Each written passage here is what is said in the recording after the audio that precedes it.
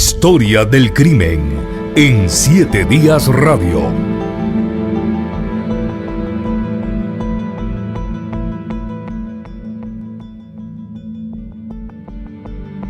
En julio del año 2006, un prestigioso, un reconocido abogado, distinguido defensor público en el Poder Judicial, llegó a las oficinas del OIJ a denunciar la desaparición de su esposa, de su joven esposa Maureen. Desde ese momento, ya las autoridades policiales sospechaban que se trataba de un homicidio y que la mujer, la sospecha inicial es que había sido asesinada por su propio esposo, este distinguido abogado. Este es el tema que vamos a abarcar hoy en nuestra sección Historias del Crimen, el caso de Luis Fernando Burgos.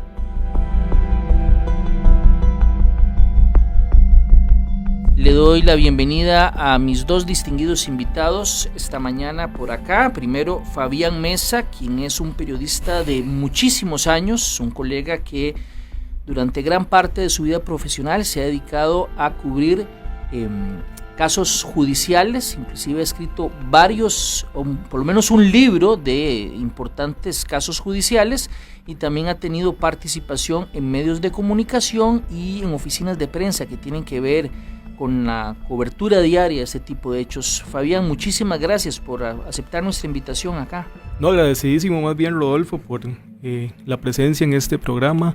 Un saludo a todas las personas que nos siguen por 91.5 y también un placer volver a ver a don Manuel Cabezas, que tenía ya bastante tiempo de no conversar con él. Un placer estar con ustedes dos. Y don Manuel Cabezas, como bien lo dice don Fabián, es un ex investigador judicial, ex jefe de la sección de homicidios aquí en San José. También lo recuerdo muy bien como ex jefe de la delegación de Limón.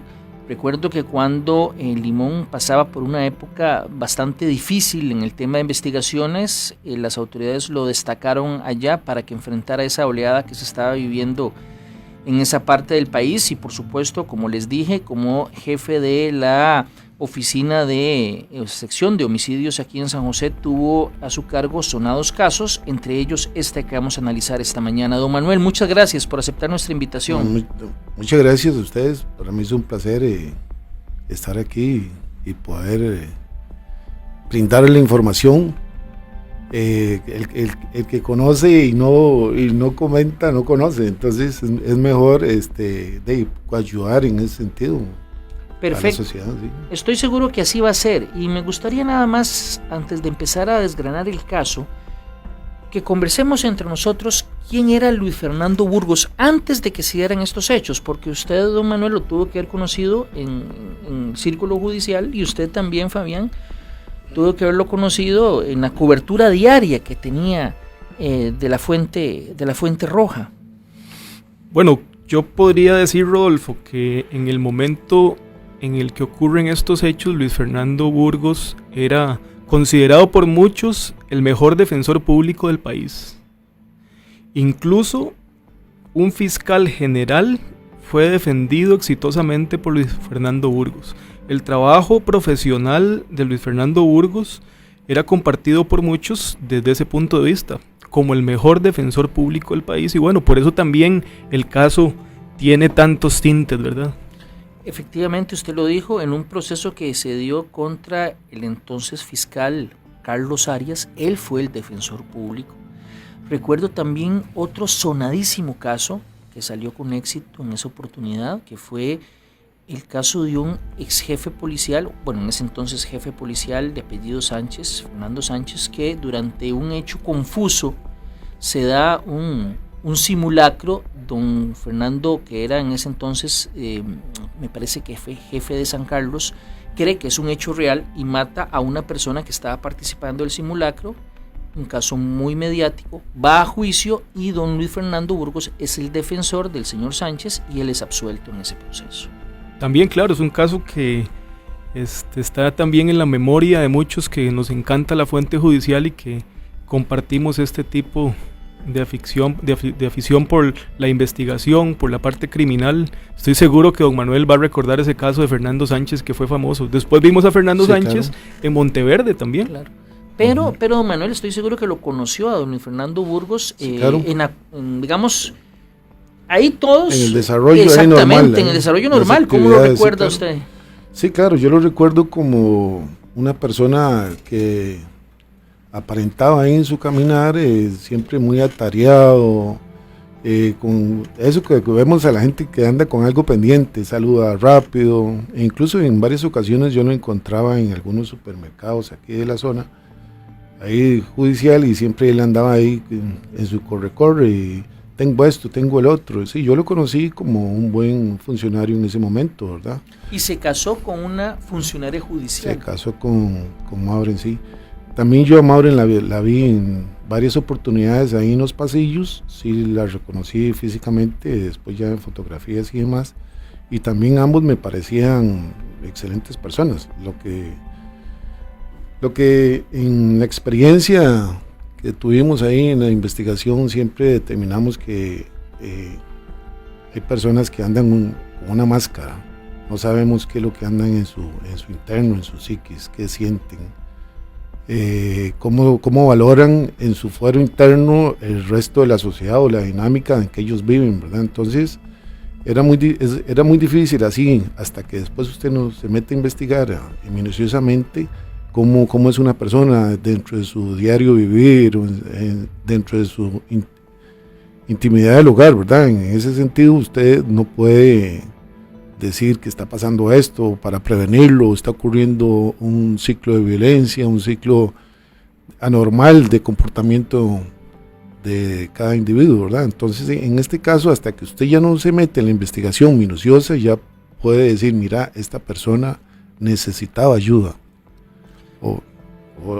Maureen, ¿verdad? No se le brindó. Y este tipo de homicidios cuesta mucho prevenirlos, porque es una explosión casi ya de ira dentro de la pareja. Cuéntenos, don Manuel, ¿qué pasa la madrugada, me parece que del 13 de julio del 2006, del jueves 13? Entiendo que se convoca de urgencia a una reunión para investigar un caso.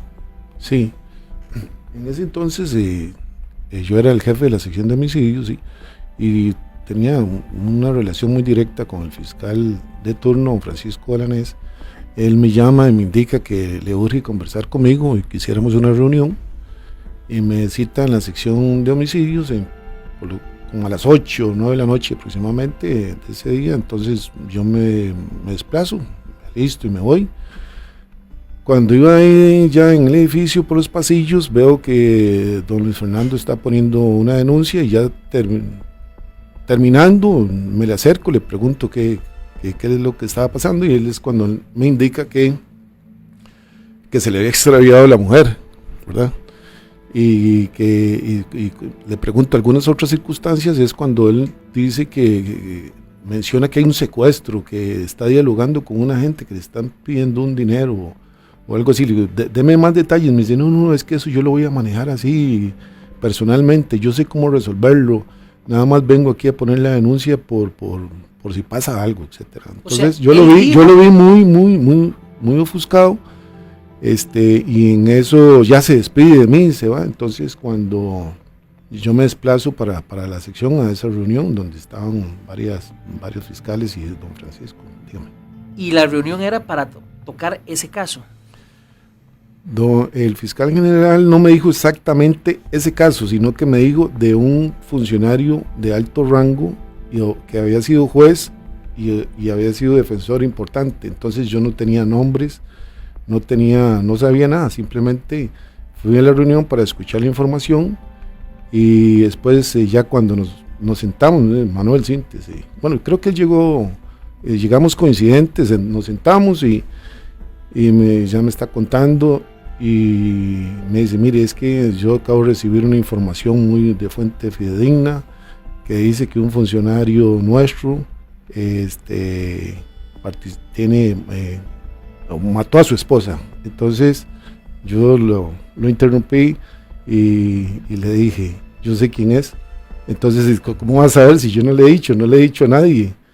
Es que me acabo de encontrar a Burgos. Me dice, sí, es Burgos. Estaba ese mismo día en que, o sea, misma noche, porque era esa noche misma en que noche, se estaba sí. haciendo la reunión para analizar una información anónima que le había llegado al fiscal general del asesinato de una funcionaria judicial a manos de su esposo. Esa misma noche, ahí, en otro recinto, estaba Luis Fernando Burgos poniendo digamos, la denuncia. Sí, es correcto. Sí. Coincidimos, ¿verdad? Sí, es correcto. Nosotros ya hemos tenido varios casos parecidos cuando los esposos llegan ahí a denunciar un tipo de agresión, un tipo de desaparición de la mujer, y entonces el primer sospechoso, digamos, desde el punto de vista policial, nosotros lo tenemos a ellos. Aquí pasó, vamos primero a buscar las probabilidades y por qué la mujer se perdió o la mataron. Entonces buscamos una serie de circunstancias. Bueno, yo digo buscamos porque yo me siento todavía como investigador de homicidios, porque uno no ha salido de ahí, veo a mis compañeros, excompañeros constantemente, entonces uno se siente ahí todavía muy identificado, ¿verdad? Claro. Sí, entonces uno lo que hace es trabajar por descartes, digamos, ¿por qué esta mujer se perdió? Entonces buscamos, bueno, se fue con otro, buscamos todas las probabilidades posibles, digamos, violentas. Es un secuestro, se la llevaron por violarla, es un asalto, la tienen de rehén. Entonces, cuando usted hace todas las posibilidades, los posibles causas probables, llamamos nosotros, esos los lleva usted hacia un determinado sospechoso. O sea, en este caso es correcto. Todo lo que llaman ustedes, si ella fue testigo, líneas de investigación. Es correcto. Tienen varias hipótesis y empiezan a ver ahí y esta pierde fuerza, sí. Pierde esa, y va tomando, alguna de las hipótesis va tomando fuerza. Es correcto. Y en ese momento la que tomaba fuerza era, aquí hay algo raro en la versión del esposo. Es correcto. Ustedes hablan con el esposo, le preguntan. Esa misma noche, entiendo que después se mandó a llamar. Sí, nosotros lo llamábamos y le dijimos que dejara el vehículo ahí, se hizo una investigación preliminar para posteriormente revisarlo minuciosamente. En este tipo de casos todo es minucioso, ¿verdad? Vamos agendando los puntos y vamos haciendo como un checklist. Se revisa el carro, tenemos que revisar la casa, tenemos que entrevistar a todas las personas que los rodean en las oficinas, se revisan gavetas de oficina, locker, etcétera, etcétera. O sea, es muy detallada una investigación de esos, por eso a veces que duramos meses o varios casos que hemos durado años para determinar quién es sospechoso. Y en la conversación con él mantiene la posición de que se trataba de un secuestro de su esposa. Al principio sí, siempre decía que él estaba tratando de negociar con unos sujetos que querían extorsionarlos a ellos y principalmente a él, que querían plata. Al principio eso era lo más fuerte. Después dijo otras hipótesis y después ya teníamos que darle el beneficio de como sospechoso, ¿verdad? Que uno no puede entrevistarlo. Fabián, yo me imagino era muy confuso, él se comportaba muy confuso. De hecho, cuando él está libre, va a la vela, usted lo ve muy distorsionado, muy confundido, con mucha angustia, no quiere conversar con la prensa, etcétera.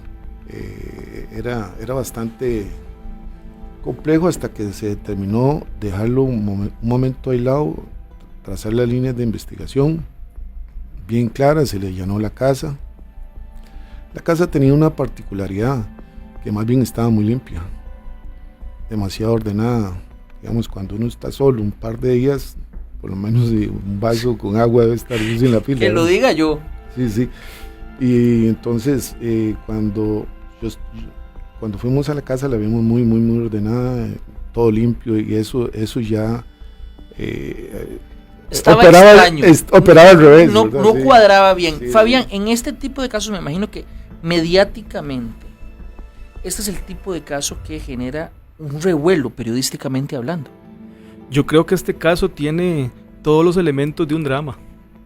Hay una mujer desaparecida, hay un alto funcionario judicial involucrado Y recuerdo que cuando comienzan a trascender las informaciones, cuando los periodistas comenzamos a indagar qué es lo que está pasando, esa confusión que habla don Manuel, pues evidentemente a uno también se la transmiten nuestras fuentes, que no podemos revelarlas. Y yo creo que desde el principio, cuando la prensa comienza a conocer los casos, el único sospechoso es el esposo. Y hay elementos que nos llevaban a sospechar de él sin haber tenido, digamos, un acercamiento tan profundo como tienen las autoridades.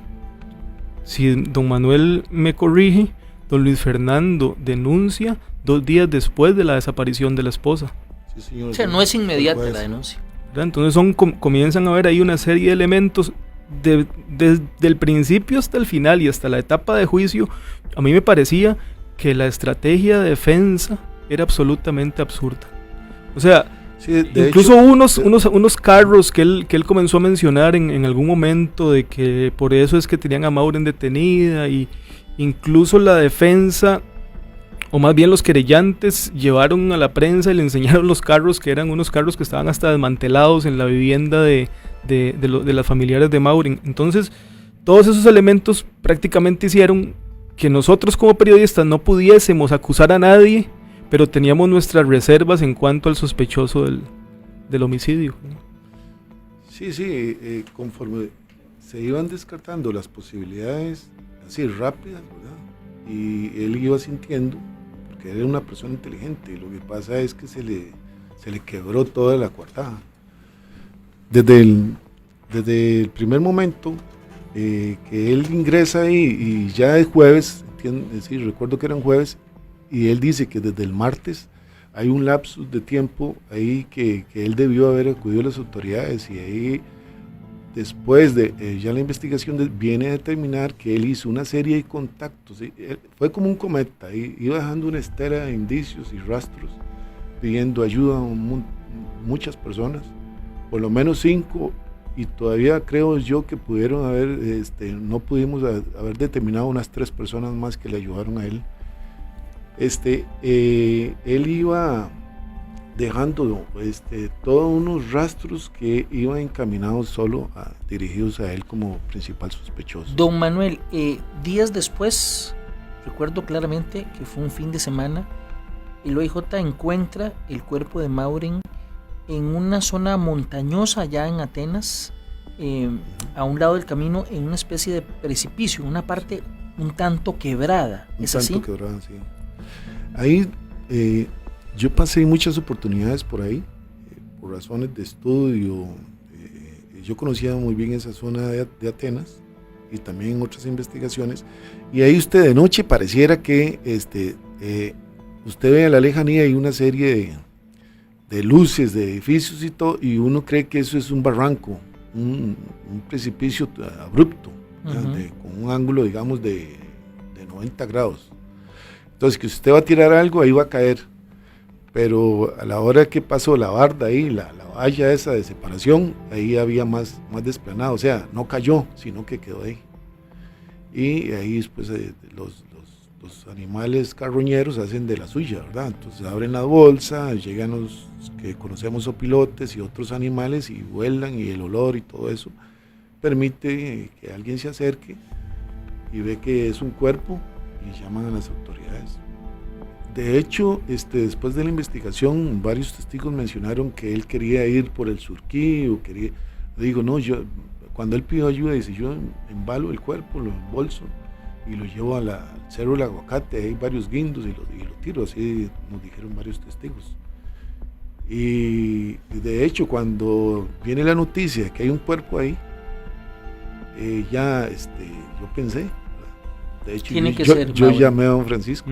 Don Francisco, acaba de aparecer un cuerpo, y por la forma del cuerpo y las características biológicas mencionan que es una mujer. También mencionaron que tenía el pelo así, y lo escribieron.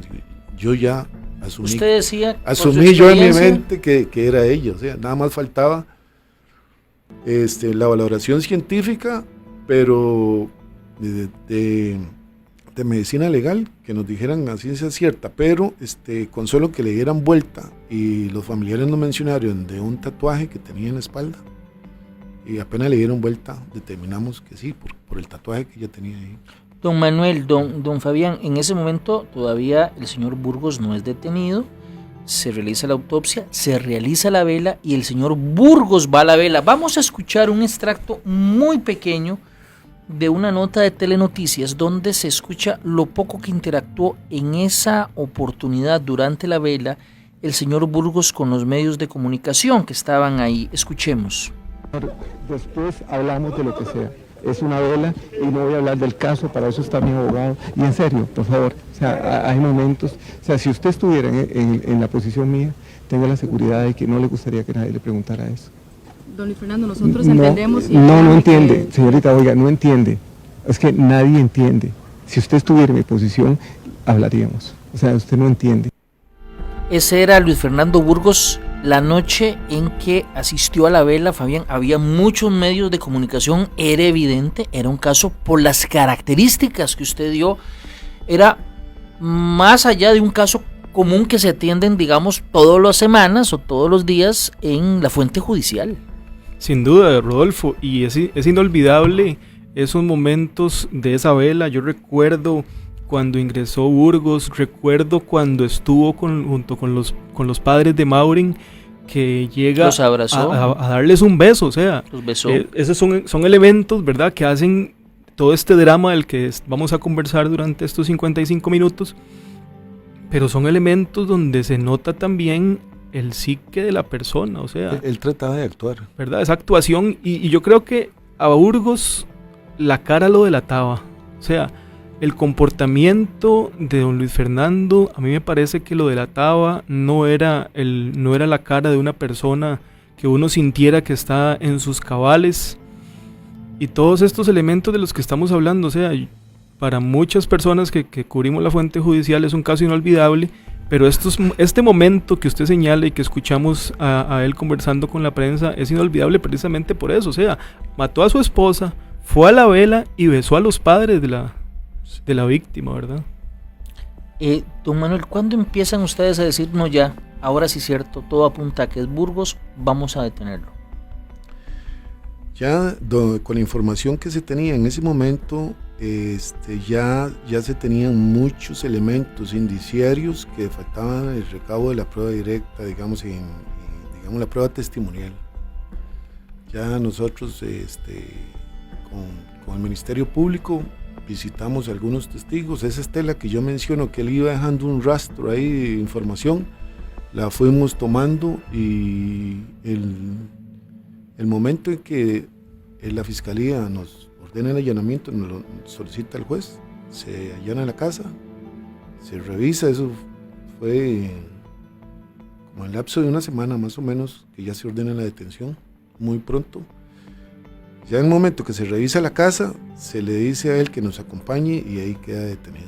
Sí. Como usted lo dijo ahora, nada más para detallarlo un poquito más, ustedes encuentran gente a la cual Burgos se acercó y les pidió ayuda en su momento para deshacerse del cuerpo. Y entiendo que algunos de esas personas eran personas que Burgos en algún momento había defendido en procesos penales, y como que les dijo, yo te ayudé en el pasado, ayúdame a deshacerme de un cuerpo. ¿Es así? Ustedes ubican algunas personas que...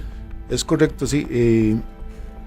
Con la fuente principal que tenía el fiscal general, nosotros reconstruimos esa información y llegamos directamente hacia el testigo.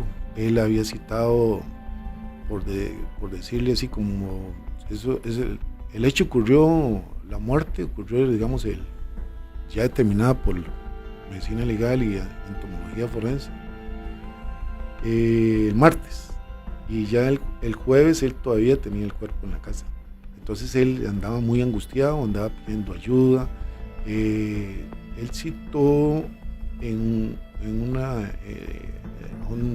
señor que fueran a un parqueo para conversar, que necesitaba ayuda, que él le decía, bueno, yo te defendí, yo te ayudé, ayúdame, por favor, estoy metido en un problema. Y él comienza a explicarle en una serie de circunstancias que echarle la culpa a Maureen, ¿verdad? que ella gastaba mucho dinero, que él le pagaba las tarjetas, que él le ayudaba a la familia, que la familia le pedía mucho dinero y que Maureen tenía 2 amantes, etcétera. O sea, él antes de pedir o decir directamente qué fue lo que pasó, comenzaba a culpar a Maureen de un mal comportamiento y después decía que él la había estrangulado. Entonces, ese testigo que él citó, nosotros se le había recabado toda la información y se tenía ahí como prueba testimonial. Después él acudió de unos abogados y él gritó ahí, y habían varios testigos diciendo que él necesitaba ayuda, y varios testigos lo escucharon cuando él narró que había matado a la esposa. O sea, definitivamente él estaba fuera de sus cabales. Y había entonces abundante prueba testimonial para sostener el caso. Es correcto, y también nosotros entrevistamos a todas las personas que llegaban a la casa, a las empleadas domésticas, etcétera, y veíamos cómo era el trato. Él era controlador con la esposa, la trataba mal, en varias ocasiones le gritaba, la ofendía, y también él era muy exigente con las empleadas, y las empleadas le tenían miedo, algunas lloraban, otras se iban. Entrevistamos como 3 personas así que estaban directamente relacionadas con la casa de habitación. O sea que,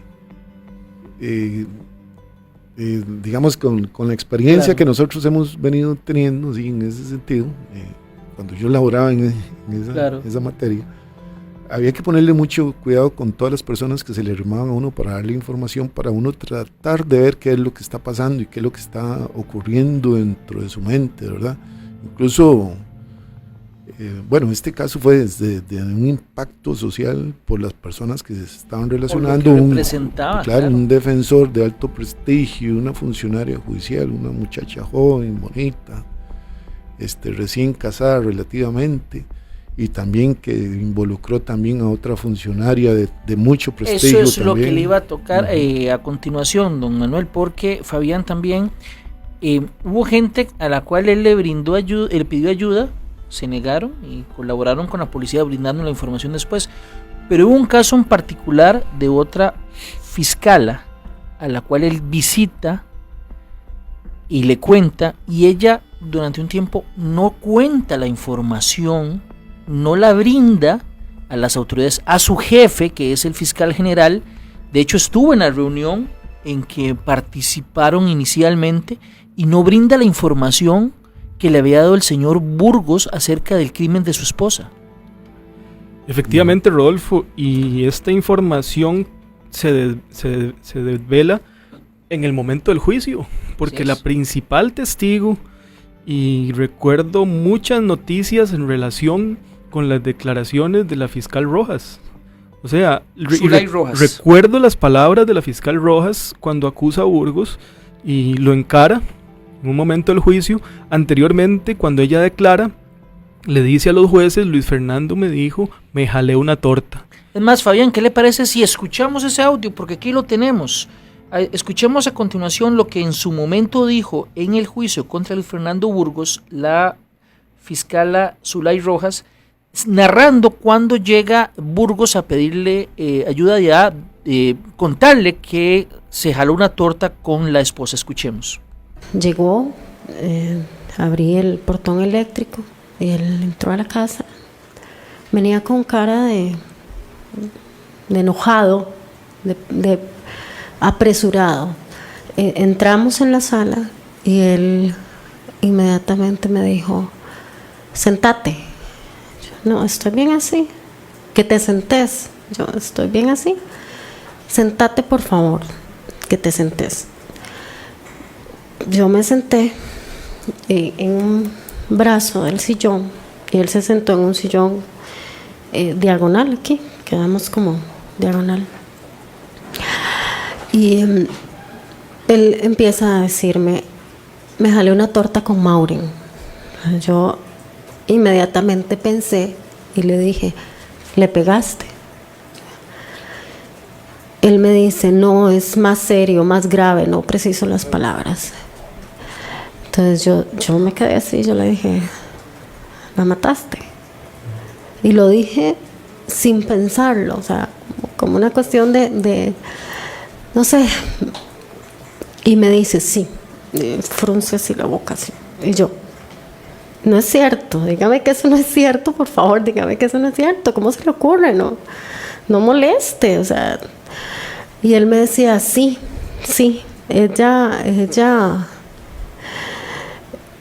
ella me estaba haciendo infiel. Ella descubrí que ella andaba con alguien, no me dijo, no recuerdo, no me dijo con quién. Dígame que eso no es cierto, Maureen, jamás. Y él se mostraba frío, y me decía, hacía así con su mano, que me quedaba como a la altura de mi cuello, así, sí, yo sé que me jalé una torta, pero necesito que me ayudes. Tremendo lo que escuchamos en ese extracto de la audiencia que se hizo en ese momento en el juicio penal contra el abogado Luis Fernando Burgos. Señores, vamos a una pequeñísima pausa comercial. Cuando regresemos, seguimos conversando con nuestros dos invitados acerca de este tema. No se despegue de 7 Días Radio.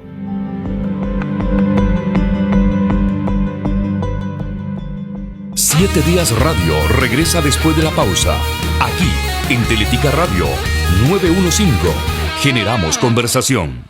Permita que su liderazgo trascienda fronteras con una especialización virtual y proyéctese a nivel global. Administre su tiempo e inicie sus estudios con la Alianza Internacional de la Universidad San Marcos y la Fundación Universitaria del Área Andina en Colombia, número 1 en especializaciones virtuales. Lidere con estrategias innovadoras y estándares internacionales. Más información llamando al 408726 o visitando usanmarcos.ac.cr. USAMI Área Andina, líderes en educación virtual. Aló, buenas, Salón de Belleza, ¿la atiende Sandra? Hola, Sandrita, me urge sacar una cita para el jueves. El jueves no podemos. ¿Y el viernes? No, vamos todos para un curso súper exclusivo de tintes. Es que ando unas raíces fatales y tengo una boda. Ay, no, tranquila, si hasta están de moda, ¿no viste en la tele? Tener una cita no tiene que ser complicado. Saque la suya para ir a Riteve fácil y rápido. Ingrese desde su celular a rtv.co.cr, siga los pasos y listo. En rtv.co.cr, su cita de Riteve más fácil que nunca. Estamos en un momento histórico donde las empresas están tomando acciones para terminar con la desigualdad de oportunidades y promover la equidad de género. En el mes de la mujer, la Bolsa Nacional de Valores firmó y promueve los principios de empoderamiento de las mujeres para fomentar el liderazgo femenino. Conozca más sobre esta iniciativa en www.bolsacr.com. Manuel, ¿viste qué bueno lo de la amnistía tributaria municipal? Yo sí la voy a aprovechar para ponerme al día. Algo escuché, Sofía, pero no tenés que pagar mucho. ¿No te da miedo que te multen? Al contrario, Manuel, me ha quitado un peso de encima porque puedo pagar el total de mi deuda sin multas ni intereses. Y fíjate que la Municipalidad de Desamparados amplió el plazo hasta el 31 de marzo. Y eso es un éxito. ¿Por qué no te averiguas en tu localidad? Tenés razón, la verdad es nuestra responsabilidad. Además, esto mismo se invierte en nuestro cantón. Si su cantón progresa, usted también. Un mensaje de Fundación Ciudadelas de Libertad. La única manera de responder a la crítica y a la calumnia es callarse y dejar hablar nuestros actos. Sundari. Escuela Esencialista. Reuniones todos los jueves de 7 a 8 de la noche. Hotel Auténtico, Antiguo Torremolinos. Informes al 2440-6261 o al 8364-2400. Permita que su liderazgo trascienda fronteras con una especialización virtual y proyéctese a nivel global. Administre su tiempo e inicie sus estudios con la Alianza Internacional de la Universidad San Marcos y la Fundación Universitaria del Área Andina en Colombia, número 1 en especializaciones virtuales. Lidere con estrategias innovadoras y estándares internacionales. Más información llamando al 408726 o visitando usanmarcos.ac.cr. USAMI Área Andina, líderes en educación virtual. La espera no fue tan larga, ¿verdad? Regresamos con más de 7 Días Radio, aquí en Teletica Radio 915. Generamos conversación.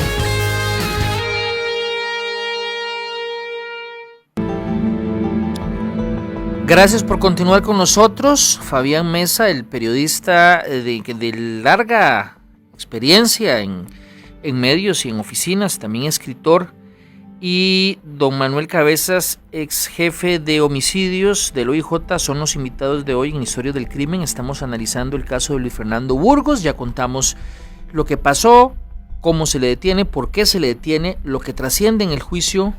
Él al final es condenado. Vamos a escuchar rápidamente en unos segundos la sentencia en donde el tribunal, luego de hacer las valoraciones del caso, determina que el señor Burgos es culpable de los hechos que se le atribuyen, razón por la cual lo sentencia a un largo periodo en prisión, evidentemente, porque pues en el Código Penal está claramente establecido que el homicidio de un cónyuge, en este caso la esposa, implica una sanción de hasta 35 años de cárcel. Vamos a escuchar a continuación el extracto de la sentencia en el caso de Luis Fernando Burgos.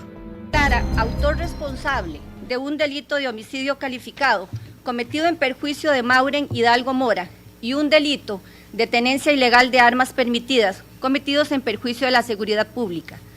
Y en tal carácter se le impone el tanto de 35 años de prisión por el primero y 3 meses de trabajo de utilidad pública por el segundo. El tribunal logra determinar, con toda la prueba que se ha traído, incluyendo la prueba de la defensa, que efectivamente fue una relación abusiva, una relación violenta que fue en ascenso.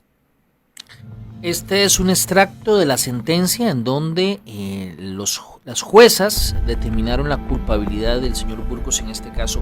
Muy rápidamente, don Manuel, entonces lo que se cree ya, o lo que se determinó desde todo punto de vista, es que parece que había un círculo de violencia de larga data en el caso de Mauren, y al final, esa noche, ese círculo de violencia concluye con la muerte de la mujer. Sí, fue el acto que se puede determinar ya, y lo más abominable que puede llegar el hombre, ¿verdad?, a terminar con la vida de la pareja, de la esposa.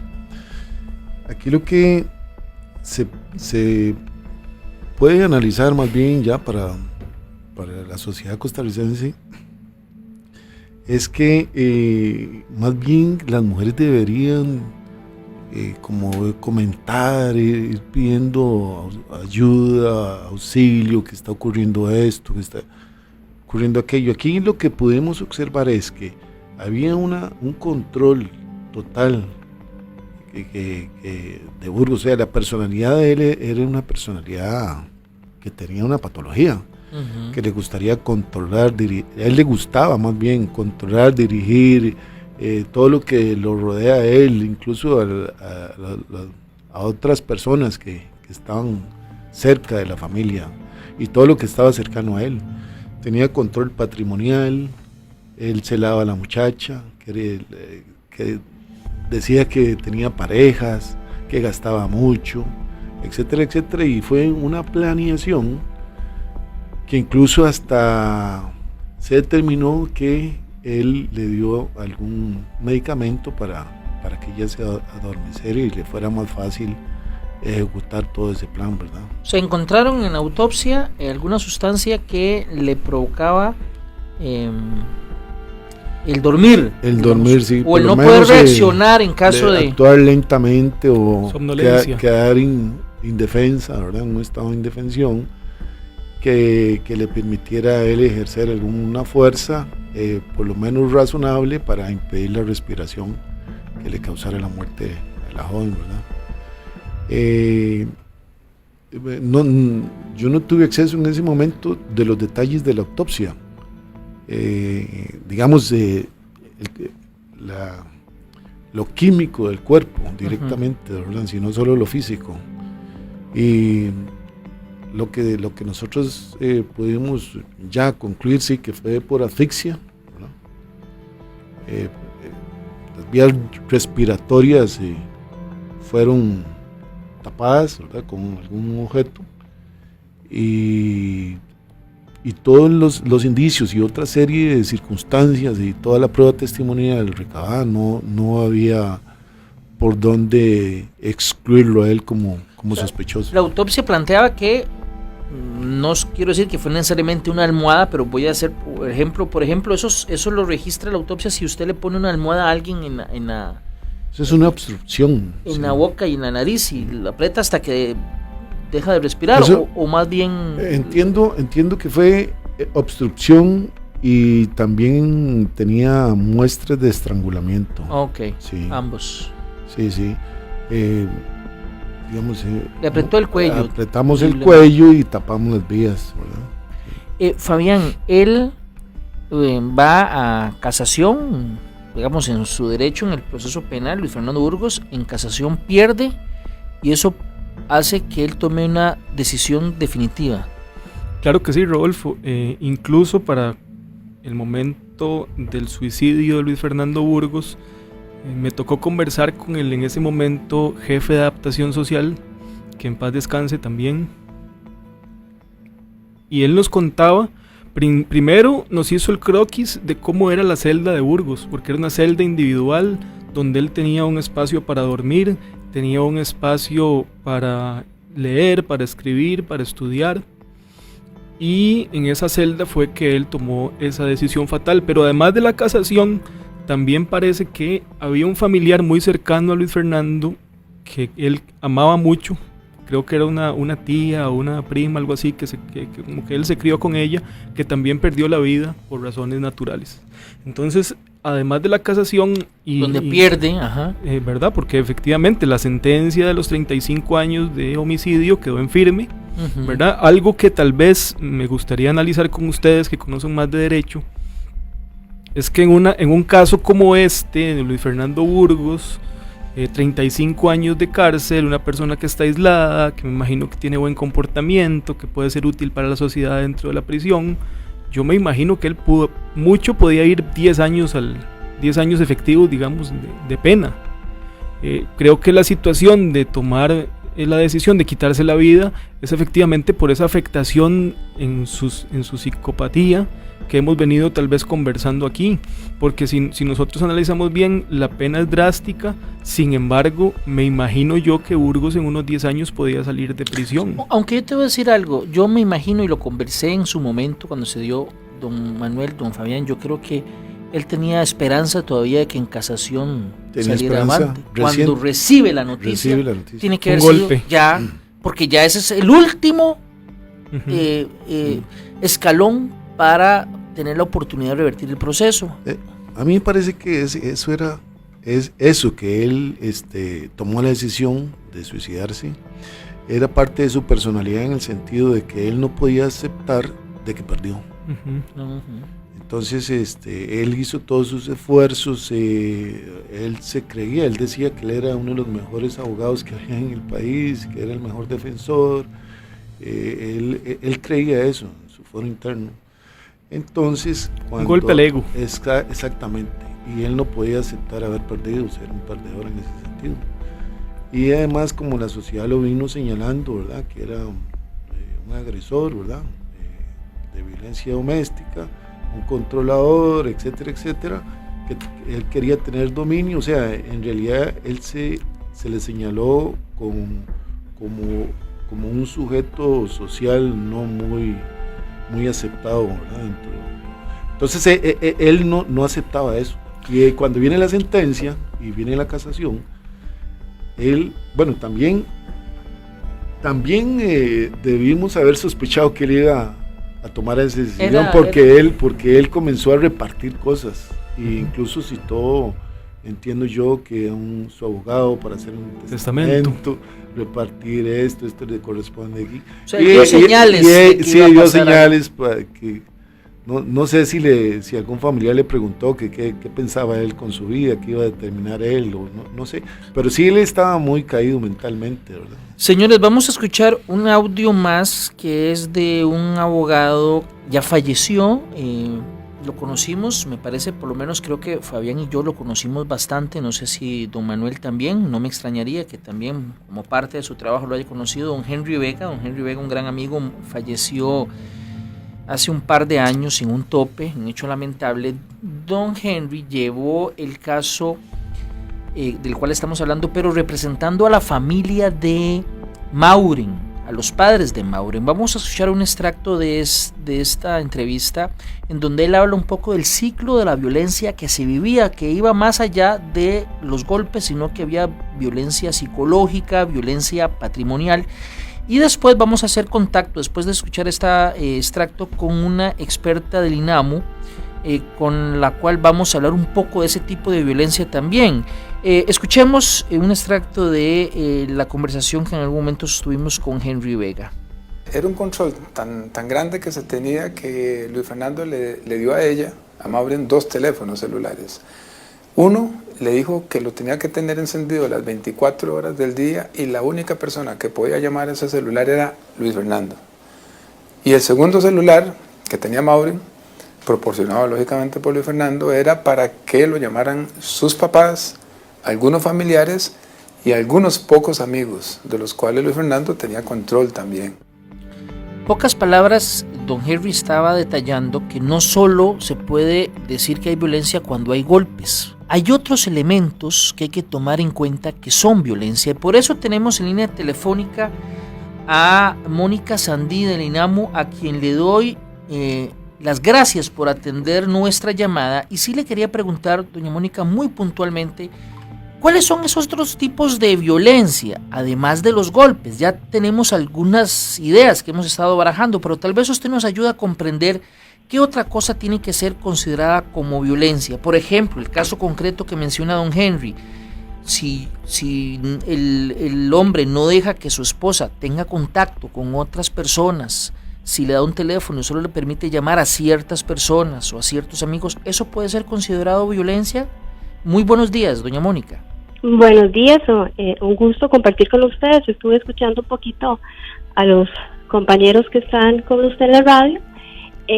Sí, lamentablemente en el caso de Maureen vemos que la violencia es la violencia más extrema que pueda sufrir una mujer, que es la muerte, ¿verdad? El asesinato a manos de su esposo en este caso. Pero vemos cómo Maureen venía teniendo una violencia a lo largo de su relación, que tengo entendido que fue un matrimonio muy corto, que fue un matrimonio de 1 año, donde ella sufría violencia psicológica extrema, con situaciones de muchísimo control por parte de su esposo, donde él la cosifica, ¿verdad? Donde él tenía una celopatía muy grande. Entonces vemos que la violencia física siempre va a venir acompañada de violencia verbal, de violencia emocional, de violencia patrimonial, donde ella incluso no podía hacer uso de muchísimas cosas, donde no podía tardarse en su trabajo, lo que de alguna manera también la podía afectar a un futuro en sus ingresos económicos. Cuando una mujer empieza a ascender y el hombre es controlador, empiezan todavía mucho mayores celos y mucho mayores situaciones de control.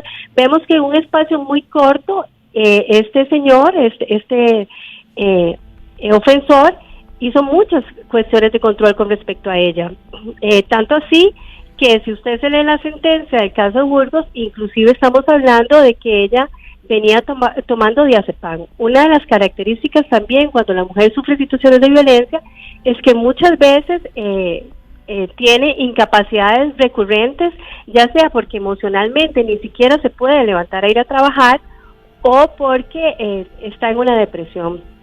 Entonces, la violencia siempre va a tener un daño o un sufrimiento para la víctima. Puede ser incluso un daño físico, un daño sexual, un daño emocional, un daño patrimonial.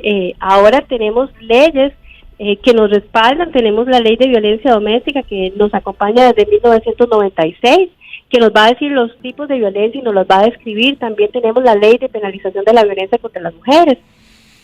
Siempre, ¿cuál es el mensaje para las mujeres que sufren violencia? Romper el silencio para evitar esta muerte, ¿verdad? En el caso de Maureen prácticamente era una muerte anunciada. Yo tengo entendido, ¿verdad?, que la muchacha usaba comúnmente manga larga. Cuando ya usted ve una compañera de trabajo que siempre se presenta con manga larga, que hay días soleados y ella sigue con su manga larga, puede ser incluso que la muchacha esté golpeada. Muchos ofensores también, cuando utilizan la violencia física, ya no golpean, donde pueda ser visto por terceros, sino son esos jalones de pelo en sus piernas, en lugares donde puedan ser cubiertos. La violencia trae muchísimas cosas, ¿verdad? Muchísimos perjuicios, no solamente para las víctimas, sino también para los familiares. En este caso, vemos que efectivamente tuvo el peor resultado que puede tener una violencia, que es la muerte de una persona. Mónica, le agradezco muchísimo su participación aquí en 7 Días Radio. La idea era poner en el contexto adecuado este caso y por supuesto hacer ese llamado importantísimo que usted hace como punto final a este programa, porque evidentemente es una necesidad, digamos, del caso tan doloroso, por lo menos extraer alguna enseñanza, y es la necesidad de tener los oídos, los ojos muy abiertos ante este tipo de situaciones. Muchas gracias, Mónica. Con mucho gusto, para servirle. Bien, era esta experta del INAMU que estaba hablando del caso de Maureen Hidalgo Mora, la víctima de don Luis Fernando Burgos.